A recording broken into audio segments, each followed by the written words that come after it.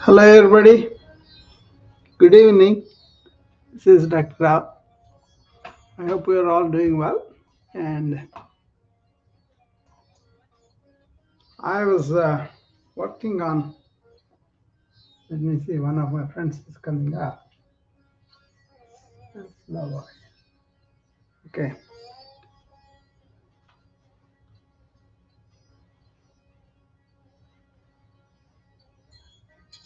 Hi, Dr. Rao. Hello, how are you?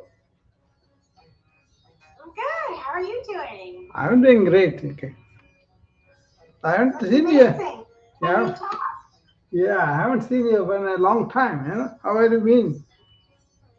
Yeah, I don't come on wisdom that Uh, much anymore. yeah. I kind of open on all the channels whenever I do these rooms in the evening. So uh, it's nice to see you. Yeah, thank you. So I was going to You talk. get some notifications. You've been on pretty regularly here, eh? Yeah, yeah, yeah. So I do. Uh, I'm doing like a series on how can we really enhance the human side of ours, both body and mind. So I was running a marathon sessions so people are coming and they're asking interesting questions. So that keeps me going. So That's so good. I love that you're incorporating the mind and the body. It is so connected, and we don't talk enough about the connection yeah, between the mind and the body. yeah, that is so true, and it's important. You see, uh, lots of activities in the mind influence our chemistry and neurological responses, and thereby we kind of pay the price for it. So, Yeah, and it's crazy how more doctors don't talk about that. If yeah, you go to the doctor and you're going through depression or anxiety, yeah, or you have a disease and you have to go to a specialist, like nobody ever talks about, what are your thoughts, your childhood trauma, your relationship with your parents, yeah, how's your job, like how do you feel about your lifestyle? yeah, And it's all connected. yeah. And so I think that's pretty sad, but I'm glad that the awareness is getting out there. Yeah, it is getting out there because we will practice scientific medicine based on medications and all that. That's all good, but then we kind of overuse the medication sometimes and neglect the simple, Definitely. yeah, simple lifestyle things that we should do. Um, I was going to do a wellness summit in the next couple of weeks, maybe. So I'm putting together people that will be talking on wellness, proactive wellness, not just any Oh, wellness. yeah. Yeah, Love it. so I'm going to uh, organize that, but I'm going to do it in a clubhouse in a major way. For a week, we will do that. I kind of collaborating with my friends in clubhouse. So that's Amazing. I'm very excited about because we're going to present what are the things that we have as ordinary people and what are the things that we could do with the scientific evidence, like a good nutrition, good routines of exercise, and calming yourself and sleeping. All those things we'll take apart. And I'm bringing a nutritionist, I'm bringing a woman's health specialist, and things like that. Okay, there are a lot of people in there, so they are all willing to cooperate. So I hope it will go down very well for people's sake. So That's amazing. Are you bringing in anyone for mindfulness and hypnotherapy? Because that would be me. Mhm. Yeah, I am going to talk about meditation. That's the chosen topic for me. So I'm going Nice. to, especially that is my special interest and also expertise about. Right. You see, the information overload, and people are not really paying attention to all these distractions that we're going through. I Yes. Yeah, I don't have any issue with the high tech, but my issue is we got to be careful about how we use the high tech, and it should be in our control as a tool. So Yeah. sometimes we kind of get addicted to all these phones and everything, and then we don't have any protection from these things, right? That's what I see. A lot of people are getting anxious or like a sad, or they're not able to form relationship also because they're always chatting or putting something in the phone, not really facing humans to human. So that Sorry, kind of what was that about relationships? human to human. They don't talk anymore, Yeah. right? Oh, yeah, yeah, yeah. Because they're using, yeah, because they're using their phones so much too, Yeah, right? yeah, yeah. That has become like a habit, and they don't Yeah. realize that's not good, especially Very true. Very true. yeah. And then attention span going. Definitely, there's definitely something to that because Yeah, people are so like it's become a habit, right? Where yeah, people yeah, are just staring at their phones, yeah, and even when there's nothing to look at, yeah, they go and they just look at their phone. yeah. No, you can always And comment. You can always send talk about what you prefer. That's fine. But because I'm the organizer, I can choose people too. But we are going to have some things like we will ask people what is that they're going to talk about, and how it is fits our philosophy of proactive wellness and all that. But once that screen is done, then I will allow people with substance to present to the wellness. After all, it is all done for people's welfare. There's no business or anything involved in that. So we'll see how that goes. I will let you know in these rooms. I'll announce that ahead of time so that people from here and everywhere else can come too, right? So, hi Tracy. Doug, can you hear me? Yeah, I can hear you. Can you hear me? I can hear you now. Okay, very good. Okay. So I was talking to my friend on the Wisdom app. So she was able to hear me, but you're the first one come on the clubhouse. I'm glad you told me that I can hear you. So, uh, yeah, we were talking about this wellness summit, with my friend, and she's also a mindful coach and all that. So she was interested to come to us. So, how are you, Tracy? I am well, Doc. How are you? I am great. I came up with this idea about the summit, the wellness summit. It's going to be done for 7 days.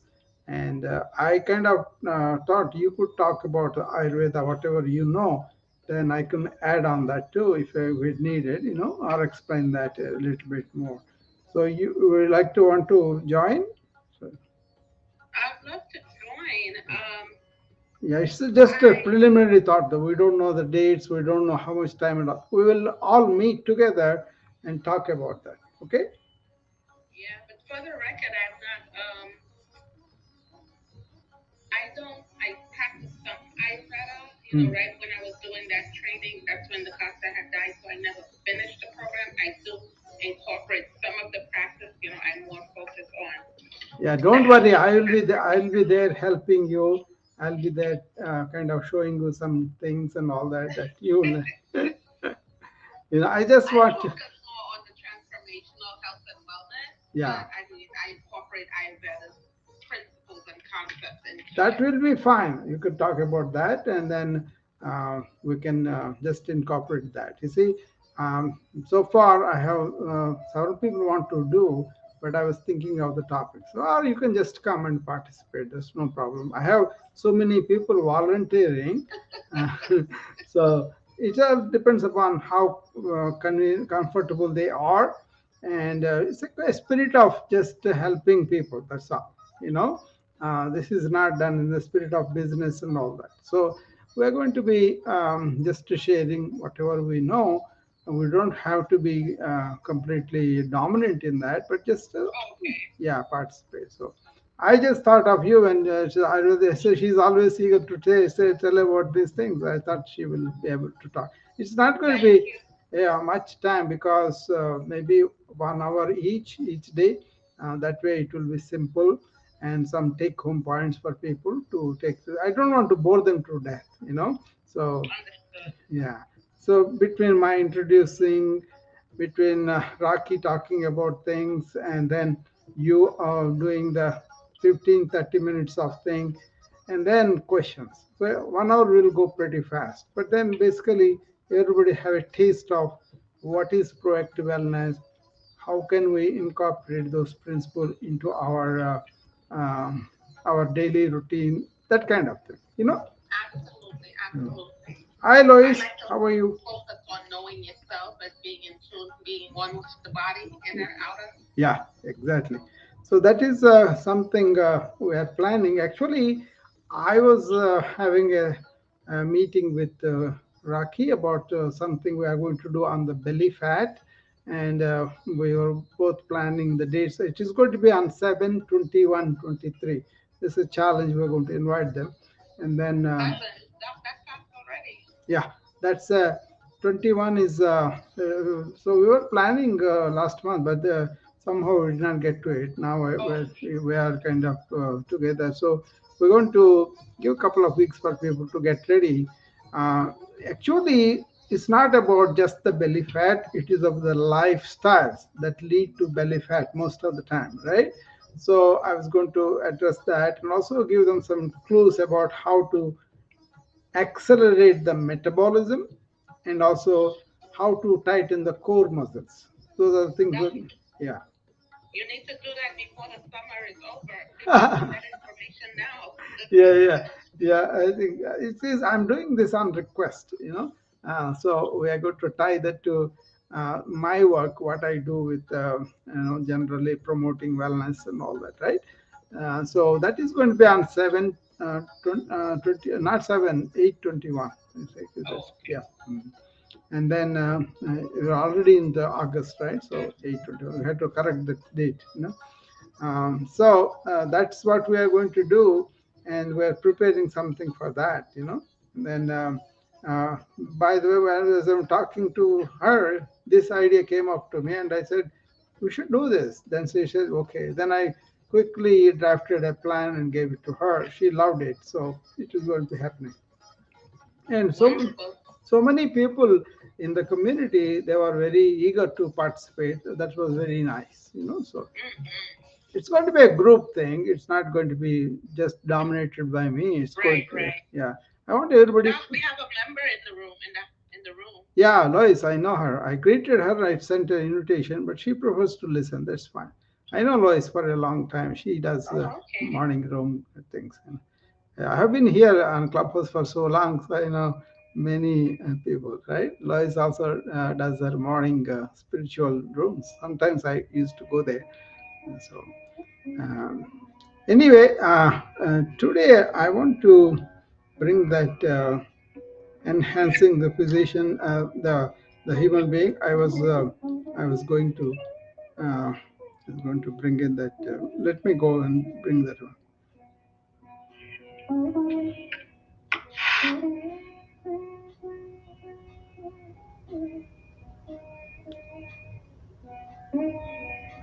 This is yesterday. The first point there was about how can you create a calm environment around us, right? So that is the one I want to tag it here so people can see that. I'm going to pin that link and then see. Did you see the video yesterday? I did, yes. Yeah, this is the first point among those 8 or 10 points that were there. This is the first point, about how, see, modern atmosphere has become all busy, busy, busy, running, running all the time, right? So that's not really good for us, our senses, our nervous system. But if we can help our environment around where we work, rather calm. So there are systems, they are called Feng Shui from the Chinese, and also Vastu Shastra from India. They're old systems. You should not believe them just like that, but grasp the important insights about energy. It's more like ergonomics, Tracy. It's a It's a very simple thing. You can hear me, Tracy? Can you hear me? I can hear you. I'm sorry. I'm trying to unmute, but Okay, okay, that's fine. I Because can I'm hear you very clear. very Now, good. have you done Vipassana? I thought Vipassana was on that list. Yeah, it is the simple thing. Actually, once you go beyond that, then you for the starters, that's a good thing. Yeah, I Uh, was going to do the 10-day Vipassana yeah, in that's Boston, yeah. Massachusetts. Yeah. Yeah, different people do it, but you go beyond that, then you don't need to do it. But this is for people who are not used to anything. That's why I mentioned those things. But the important thing is the calming of the environment today we're talking about. And I was one thing I noticed was yogis are pretty meticulous and neat people, right? Mainly because it comes from the practice where they want to use few things and also be very careful about them. So it's not that just because they don't have it, but they don't want to possess, right? They want to be free as much as possible. So that's why in modern homes, wherever you go, there are a lot of things, not just in America, but in India also. But if you go to a ashram where they are doing yoga, meditation, all these things, they have very few little things. Most of the rooms are either have very few little things, or whatever they have, they arrange them very meticulously. That's a habit that you gain, and that also helps you to find things where they are and not to grope for things, and then that also creates a good environment in the work, right? So my office, for example, I know exactly where it is. And other people who are messy come around, then they will notice, oh, this is all very meticulously maintained, and then they try to respect that and then keep themselves true. And one of the things was we kind of have this atmosphere where all exam areas are very calm so that patients won't get disturbed and all that, right? The windows are there, but in the windows there is this embedded screens like, and then you can turn it off so that they can close. Nobody can see. But the thing is, it is within the glass. So that kind of windows really helped us to keep them open to the sunlight and all that. But at the same time, we can close them if there's some examinations done and all that, right? So mainly paying attention to calmness in the atmosphere, and also we don't shout over each other from somewhere, and we don't really make a lot of noise when we are talking when the patients are around. So everything is maintained with a sense of let's be calm, let's convey calmness, let's provide calmness for our patients or for our colleagues to work under that. Okay, so calm environment is provided just by having calmness in our body first, then in our mind, and the surrounding areas. You can avoid all these things, right? So following some system like feng shui or vastu shastra, that is pretty good. You can follow some system that was there, and you can really understand the energy patterns are much better if you, for example, in vastu shastra they always talk about facing the door and sitting there, so that if somebody comes in, that's a very powerful way to sit in the chair and then face the room, so that anybody coming in, you will know.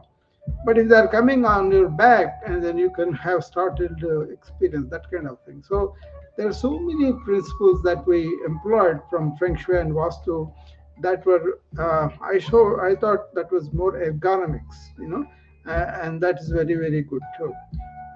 So what do you think about this calmness being at workspaces, Tracy?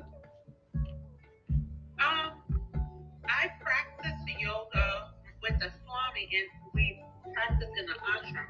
My Yeah. teacher lived in the ashram, so my yoga, Mm. I guess I can say, came from the root. Ah, We had to do everything. She was a Swami, and Moksha Priya was very, very meticulous about being detached. yeah. And that was one of the things that we had to learn and understand detachment. So I think with detachment comes a calmness. Yeah. And I believe the calmness allow yesterday I'm glad you focused on that because for some reason I had become overwhelmed. I didn't even realize I was overwhelmed. Hmm. So much happening yesterday from early in the morning. I had been up and about. And then I just remembered all of a sudden, unplug, Hmm. unplug. Yeah. And I thought about our lecture, Hmm. and when you mentioned getting the quality of sleep, so Yeah. it wasn't just about getting 8 hours rest. Yeah. And I'm aware of it, but I don't always practice it. Hmm. But yesterday I deliberately practiced it. Very good. Where, Very good. yeah, whereas, the sleep, sometimes you can just take that deep breath and Hmm. breathe out and just release everything Yeah. and drop everything. And I am glad that we did that yesterday because it was much needed Yeah. and I was able to apply it on See, the the day. sleep is so important, Tracy, to regenerate our mind and our body, right? So, allowing the deeper sleep for a long time is very important. But most of the people, they kind of dream a lot because they were talking or not paying attention to things in the morning or daytime. And then the mind has to put that into order, so it goes through so much of dreamy sleep, which is not really restoring you. You have to have the deep sleep. See, normally we are awake and then we want to go to sleep. We dream a little bit or lie a lot and then we go into the deep sleep. But it is the dream sleep that kind of agitated mind still going through. So you want to limit it as much possible. The secret for that is when you are working or living through the day, be attentive. That tipitatum is really your attention to everything that you are doing. You are not thinking of too many things, and then it is much easier for the brain to relax. So pay attention to everything during the day, and then before you sleep, try to clean it up, and then sleep. Then when you get up in the morning, you are really energized. So that's what I always do. By the way, in this wellness summit, I'm going to talk about sleep, and especially what are the pre-sleep routines that are recommended, and also what are the post-sleep things that we should do, so that progressively your sleep will be deeper and longer. It won't happen right away, but you have to understand a lot of things, right? So I was going to do a segment on that on the sleep day, where maybe we'll bring in a sleep expert too, but we are looking for it. But when we bring it, that's fine. Otherwise, I will give my input on that too. That way.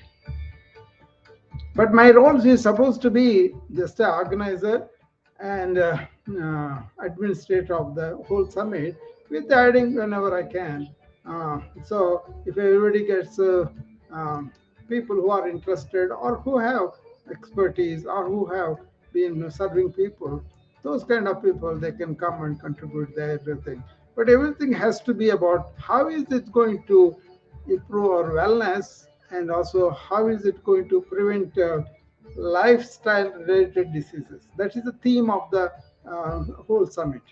Okay, so I will talk about the sleep for sure, even if somebody talks, because the way I kind of learned about sleep lately, after I'm a doctor practicing all that, then out of necessity, I have learned how to sleep well. But I'm fortunate to learn about the yoga nidra and also shavasana. These are two major things. But if you understand them, anybody can practice them, and they can do that, and then they will have. But you have to do it on a daily basis, so for a while, at least few weeks or few months. Then you know, oh, yeah, this is really give me a lot better sleep. You don't have to drink, you don't have to do all that. That's detrimental to us in the long run. Of course, I don't drink and I don't smoke, so that helps too. But the deeper sleep is so energizing, Tracy. When I get up in the morning, 3:34 sometimes, I have full energy. I only slept at 11 o'clock. But so I think that's something So what.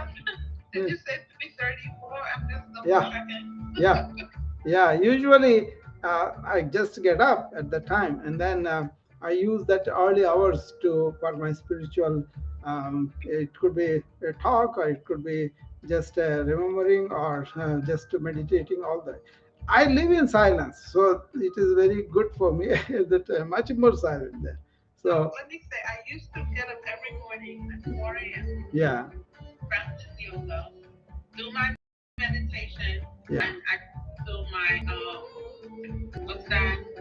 I used to do my chanting Mm, and meditation every single morning, and it was the best yeah, because especially when the birds are starting to wake up, when yeah, nature is starting yeah, to wake up, when yeah, the dew is on the grass, yeah. and that air, the air even smells different Yeah, yeah. when the It's a sun is beautiful rising. time. Everybody's sleeping, and you'll have much more silence to commune to.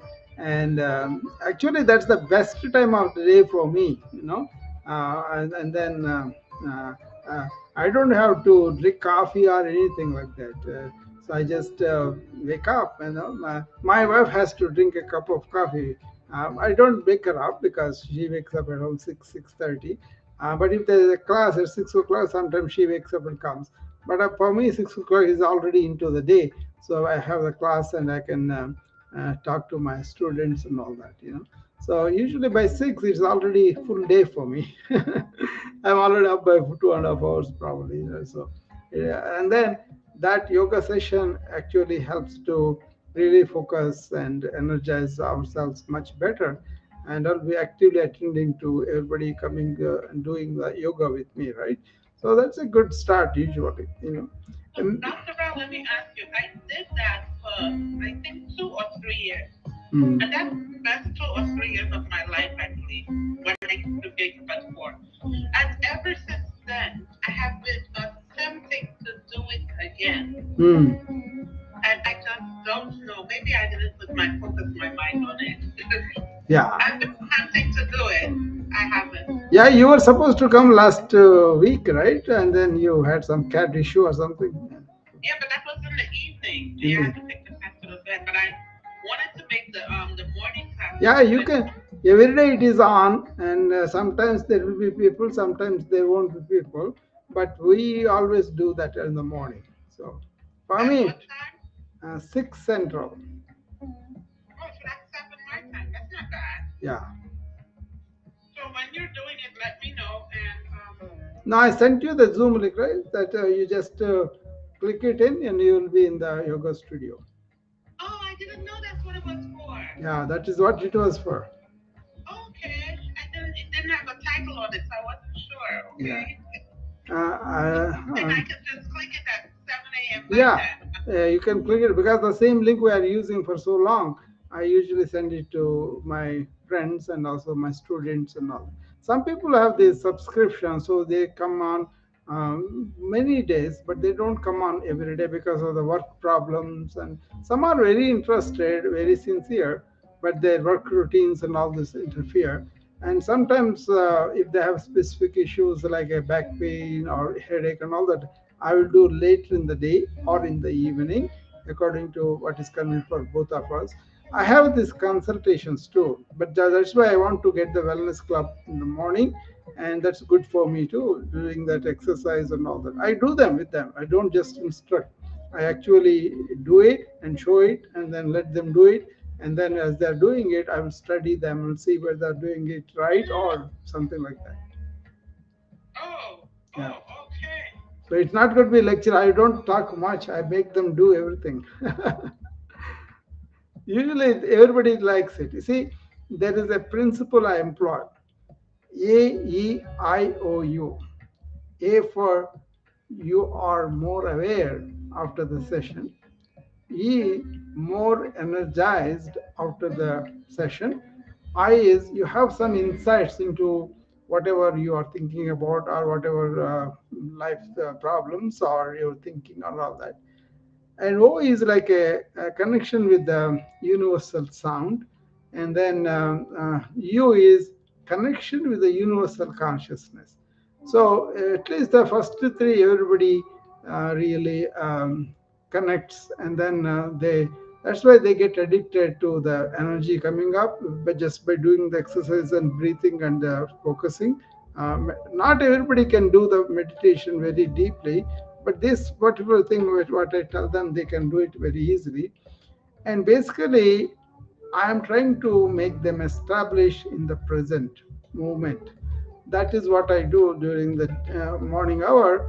And once you are in the present mood, you can continue that through the day, and then come back to it every hour for a minute or so to get back to the present mode of state.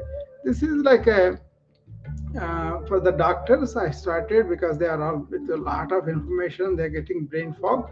And when they did this, they were able to not react so quickly, but more like a responding things, and also much calmer, much more balanced with them. That's why I kind of started this routine. And some other IT executives and company leaders, they come to me.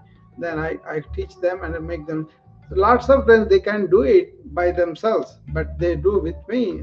They feel much better. But I encourage them to do it by themselves too.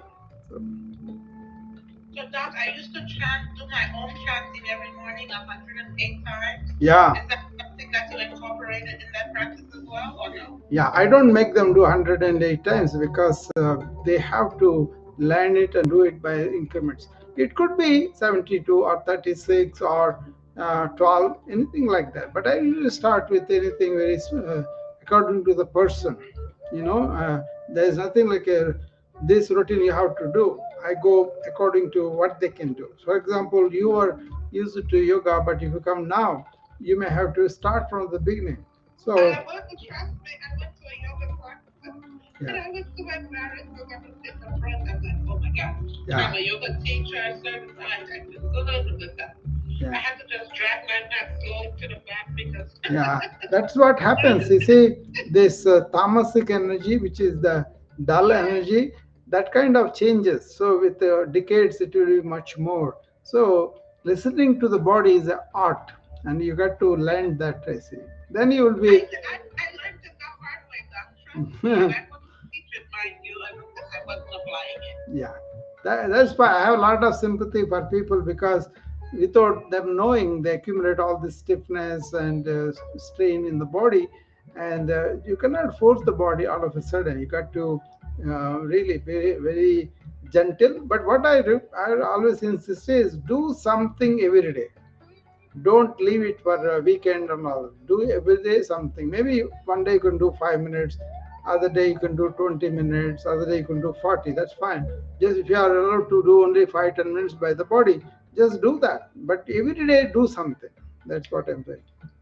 Yeah, that's very good. My yoga teacher used to say, do my three, start your client with the 3 minute yoga. And I said, what is that? Yeah. She You said, know, well, I will tell you a day when Rocky is also coming. You both can come to the class, because other people with other class, they will be doing much more advanced thing, right? So, I will. I know I'm that far back behind that. Yeah, but the thing is, I just want you to be more safe and sound and enjoying it rather than complaining later. So, I'm a certified yoga teacher.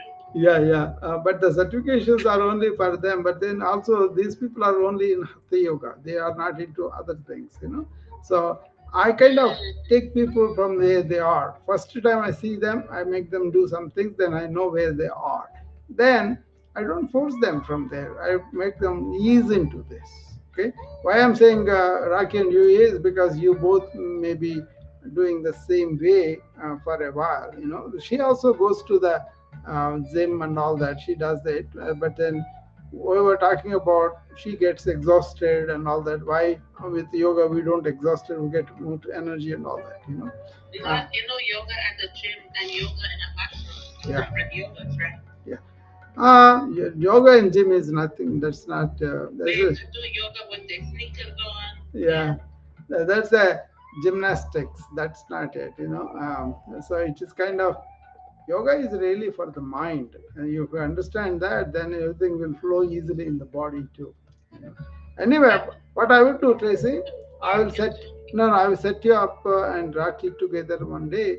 You both can come and do whatever you can do. I'm not saying you are not going to be advanced, you may be, but that's fine. Then it will be easy for you. So where we start, and then we can advance right there too. No problem. Same with me. I'm looking at my yoga mat. I have not stepped on my yoga mat in 6 months.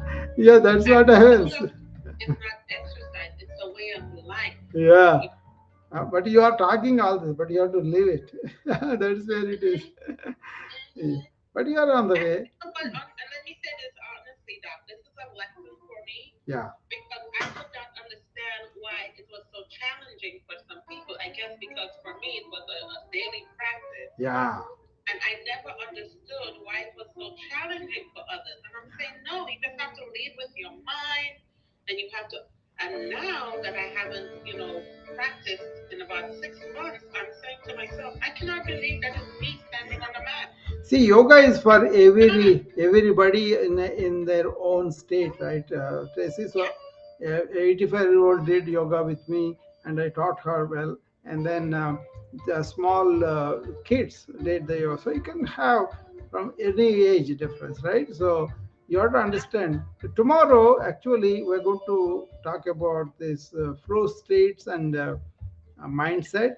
And the one of them thing I'm going to talk about is this energies. You know, that's a topic where if you understand, then you understand why after practicing so much it fell off completely. You know. Doc, I'm going to New York in 2 weeks, and I'm going to go by the ashram with my yoga teacher to just practice on the Sunday before I leave. Yeah. But I'm telling you, I have to get on the mat for these next 2 weeks because she will not say to meet me where I'm at. She will be very disappointed. She will not say, yoga, you meet people where they are, or, she won't say that to me at all. Yeah, mine is heartful practice. So I lead with compassion. So no competition, no goals or anything. Just lead. That's why people are very comfortable when they come to my class. They just do it slowly, and then they discover it, and then they say, "Oh, I can do more. I can do more." And then as they're discovering it, they feel so much happier. And for a Swami, she is not very kind. She is very tough. Don't call her Swami then. No, she lives in the ashram. She's tough, and but when it comes to like her yoga teacher, It doesn't matter where they live, because if you are really in your own interior, you have to have the ashram. Okay, that detachment, the kind of kindness, compassion that has to be within, and it doesn't matter where you live. So there's a lot of swamis that I really don't care for, because they make this a business, not like a real spiritual life experience. also she's very humble. She's very spiritual. Mm. She's very every time you come in, she's always in her orange, and she's very, so the yoga, at 6 a.m. we have practice in the morning. On Sundays you come by the ashram. We Yeah. have our wisdom hour, and but Yeah. when it comes to doing the practice, she's not like that with everyone. But Yeah. for her students, like the ones who learned under her, I Mm. guess because she wants when we go out there and if we're teaching other people, for us to be, Mm. I don't know. But she's very tough on us, I think. Yeah. Could be, could be. But the thing is, there's so much more on that anyway, you know. So this calm environment. Let's talk about a couple of things I was talking about. It's about what is our seating position in the office. That is very clear. You know, we recommend where you can have straight. You have to, and also the location where you are doing it. Okay, positioning the seat in the right direction, orientation. That's something we talk about in this video. And there is for company owners, entrepreneurs, employees, specific workstations and all that, right? And color and decor. In my clinic, all the exam rooms have off color, off white, that is off light green, light pink, like that, and they are very appealing to the patients, so we have to employ that. And then I with decluttering. that, doctor, I really wanted to do that at one of the facilities that where I was the administrator, Yeah, just to be mindful of the colors and what they do, how they work on the brain. yeah, exactly. And then decluttering is the next one. You got to declutter that. And then, of course, all the time we're talking about life balance, work-life balance all the time, so that that will help you to not to blurt out things, not to be angry, irritation, and all that. Okay, and then having some personal touches for your workspace is really helps you to calm down, to arranging things well. So, aligning your workspace with these ancient wisdom based principles, which I am talking about, they are all described in the video much better. You can create a calm and harmonious environment that itself supports your focus, concentration, and flow states during work. That's the thing. I'm always in the flow state. I tell people how to do that, but they don't do that. Tomorrow I are going to be there with Rocky's house. What time is it? It is 10 Eastern. 10 Eastern. I have an appointment at 9. I'm not sure if I'm And, just if I can plug in connect from where I am. I yeah. will be. Tomorrow, the second part will be on Friday. Yes, I will try to connect from I'm Okay. and Yeah. from there. But Yeah. Doc, I wanted to ask you, do you incorporate the chakras at all with your practice? Oh, yeah. I know a lot about chakras, but then the way they understood is totally immature and really doesn't matter. It's a kind of how your somatic being inside that determines which level of chakra you are going beyond. Okay, if you are just like a oriented only basic things like a hunger, sex urge, and a living thing and all that, you will be in the Mooladhara. No. Yeah, Yeah. like that, there is an evolution of how your inner self determines which chakra opens for you. So Yeah. yeah. So, do you incorporate that with your practice? Because I mean, I believe, Yeah, you know, it is incorporated automatically because we don't do this chakra healing, that we don't do that. What we do it, we allow you to develop inside so that the chakras opens by. It's not like a something physical or something physiological. It's just that your outlook, everything will change because you have really become heartful and really become focused, really become third eye is like what you can see compared to other people, so that kind of thing. So it's a very sophisticated insight into the human psyche and nervous system. So once you understand the essential chakra representation, then you can, it's not a physical something you do, it's a kind of expanding your perspective. I agree, and I think that in itself has, a lot to do with someone's health. Yeah. Because based on which chakra, we have the organs associated with each chakra. It's not the health, it's more like a inner development. That's the most important thing.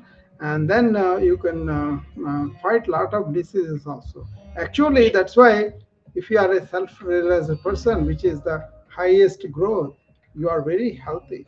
you know so that is how it has to be understood, not like something you can do physically or do some color and all. That's the immaturity I'm talking about. But people do that, I just allow them to do that. But for myself, I don't have to do anything with the chakras, but they are already kind of, we know what they are. And so Yeah, it's something automatic. Once you have that awareness, yeah. you can sense yourself and you can know where you are, what's Yeah, going that's what I'm saying. Is automatically you go through them. You don't have to focus on the chakras. No, that's not like anatomical or physiological there that you can do something about it. But you change your awareness. You elevate your awareness from just being having eating and sleeping for that kind of person to insensitive, not to care about anything else, to something like a heart chakra. If you come up to there, you are ready to receive everybody, be loving to everybody and all that. And then you focus your awareness into areas of really the speech and the Trinetra, they call it, right? The third eye. And then the last chakra has to happen by itself. You cannot do much about it. Anyway, that's a complicated matter. People get caught in these names and some mystical, something magical, and then lose in the middle, But if you continue to be spiritual in the sense you are continuing to be interconnected, love for all, and that kind of inner harmonious, calm self. All these chakras are opened up by themselves, and you feel great. I feel great because of the energy that I have all the time. I tell people they don't understand what it is, but I tell them so many ways, but they don't get it.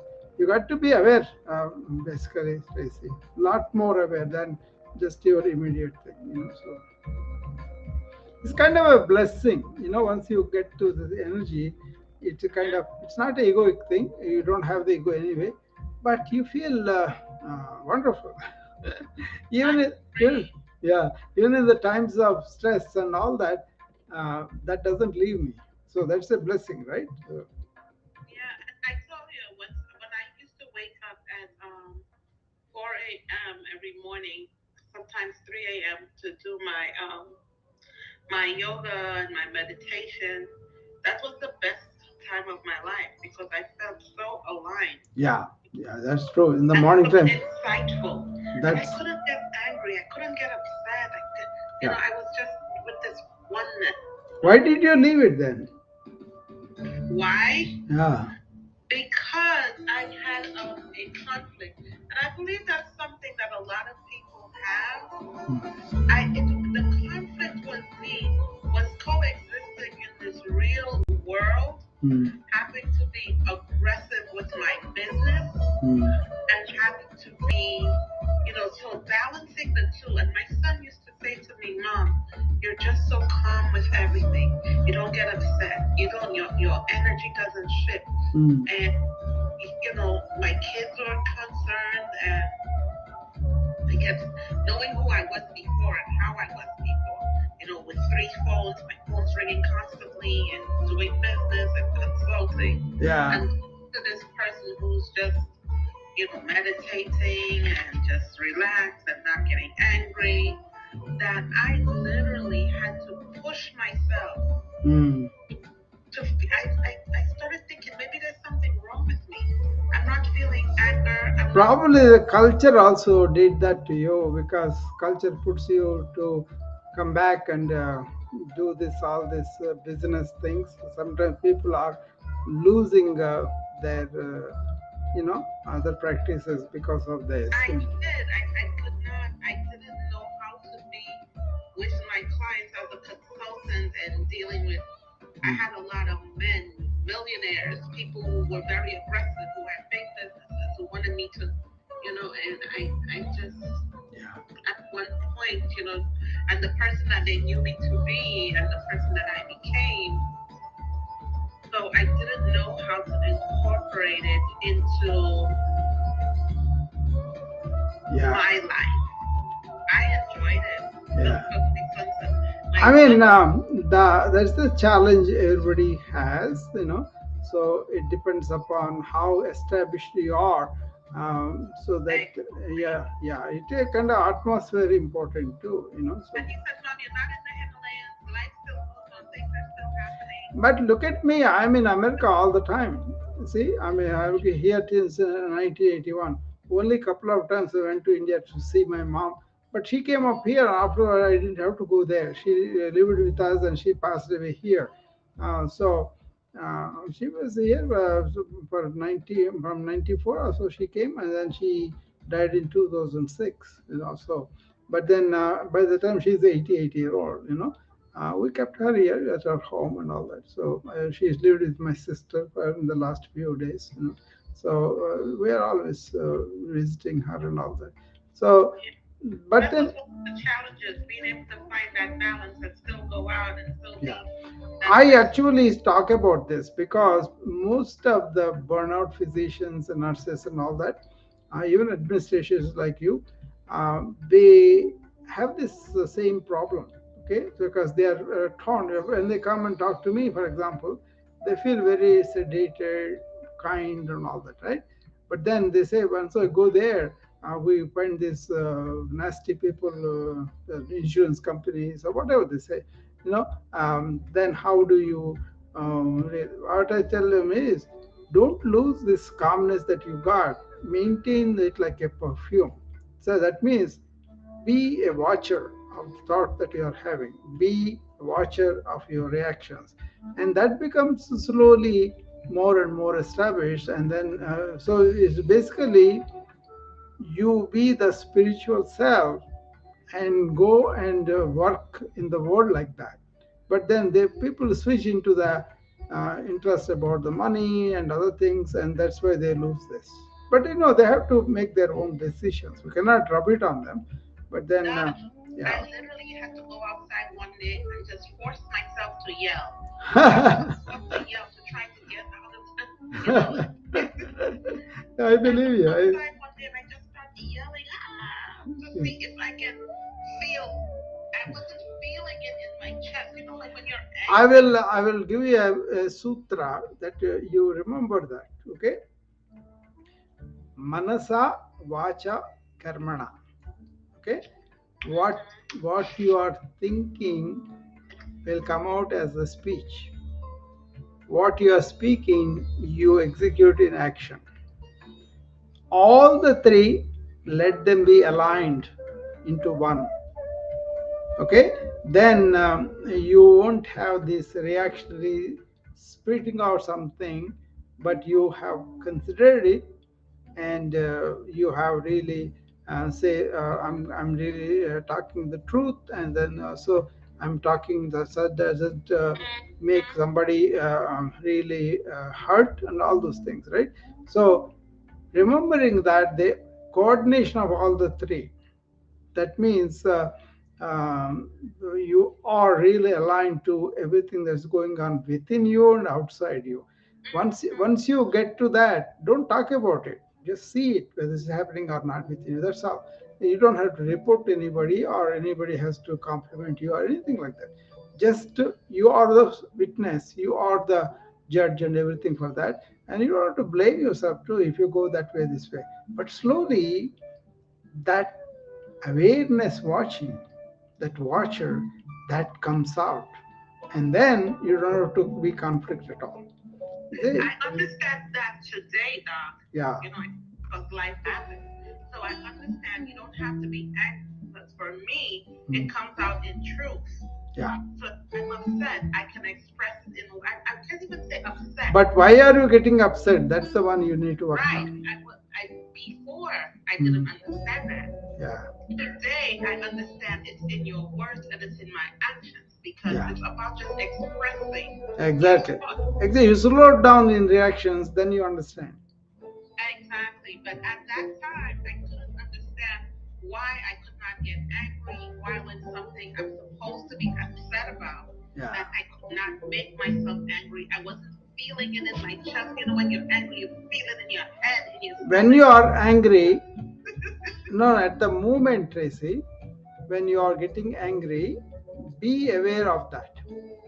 Exactly. Now I know my palms sweat. I Mm. know the things that happened prior to. So Mm. I'm able to even not even go there anymore. Yeah. Then once you are aware of it, the anger goes down by itself. You're right about that. I think you mentioned that Yeah. once you're aware of it, your thoughts, and you say, "Oh, okay, that was anger. Okay, that is gone." Yeah. But That's I'm it. still That's trying it. to say, what was it again? The observer is observed. Okay, so that's being aware of the anger. Yes. Yeah. Okay. At the moment when you are angry, if you are aware of it, it will go down. Absolutely. That's just watching your thoughts. You see, Being it's not a bad thing to get angry or irritated, but then the moment you are aware of it is going down, then you won't continue it, and then slowly it becomes the fact. I think that's where I am today. I know that's where I am today. But a few years ago, like I said to you, I just never, everything just, I never took it on and processed it. And I said, what is happening with my feelings? What is happening with anger? Did I just lose it all? Am I becoming am I still human? What's happening? No, no, it is the kind of your lingering ego is always asking you get angry, and that you only will determine down the line whether you have transcended the ego or still working. I would say many people who have the conflict with the working conditions and the spirituality, they got to spiritualize their work somehow,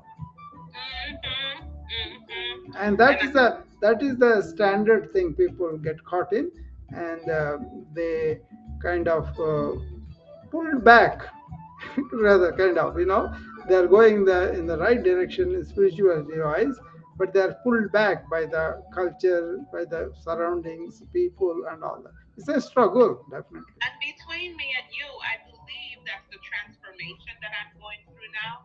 Hence me making that exit from that. And I said, Yeah, because exactly, exactly, that's true, Tracy. even when I'm with, even with the patients in the facility, Yeah, yeah, sometimes, and I'm teaching mindfulness to my staff. I'm teaching, even in the manner in which I conducted meetings with my staff, you what I know. would suggest, don't teach anything but just do it yourself. That will be the teaching. That will be Just, teaching. So I think you are on the way, Tracy. You're doing good. You come here and then reach out to me whenever you want. No problem. Okay. I Doug, it's so different in Florida. I thought New York was very aggressive because of the hustle and bustle. Oh, And Florida is too much true. I know. I was there for vacation so oh, many you years. loved it. Yeah, I was there in Florida, and then I saw all the same restlessness, same trying to take over you on the cars, and all that I saw. And then my friend who works there, he has a clinic there. He's a pulmonologist. And his wife also works in the office, and they were complaining about Florida in so many ways. So they like the weather, and then but everything else is a kind of big deal for them. So Okay, so Doc, yeah. on another note, I want to contact you tomorrow if possible because I want your idea and your thoughts on something because I mean, as a doctor, it's as far as the area in which I'm focusing in, I would just like to run something past you and get your thoughts on it, Yeah, if just possible. text me and then I will tell you if there's anything going on at the time. I think tomorrow is Wednesday, right? Mm-hmm. Mostly in the morning I'll be busy. In the afternoon I'll be free on Wednesdays, unless somebody calls or something they want to talk about it desperately. It's not that they're important, but sometimes the problem is such that then I say, okay, I'll talk to you. Then we can work out the time and you can meet you around, say, okay, we can talk very easily. Okay, Thank you for that. yeah. So I think we'll close this because I have something coming up after 7 o'clock today. So I will talk to you tomorrow then. Okay. Thank you so much, Doc. Okay. Have a good rest of the evening. You too, Tracy. Bye.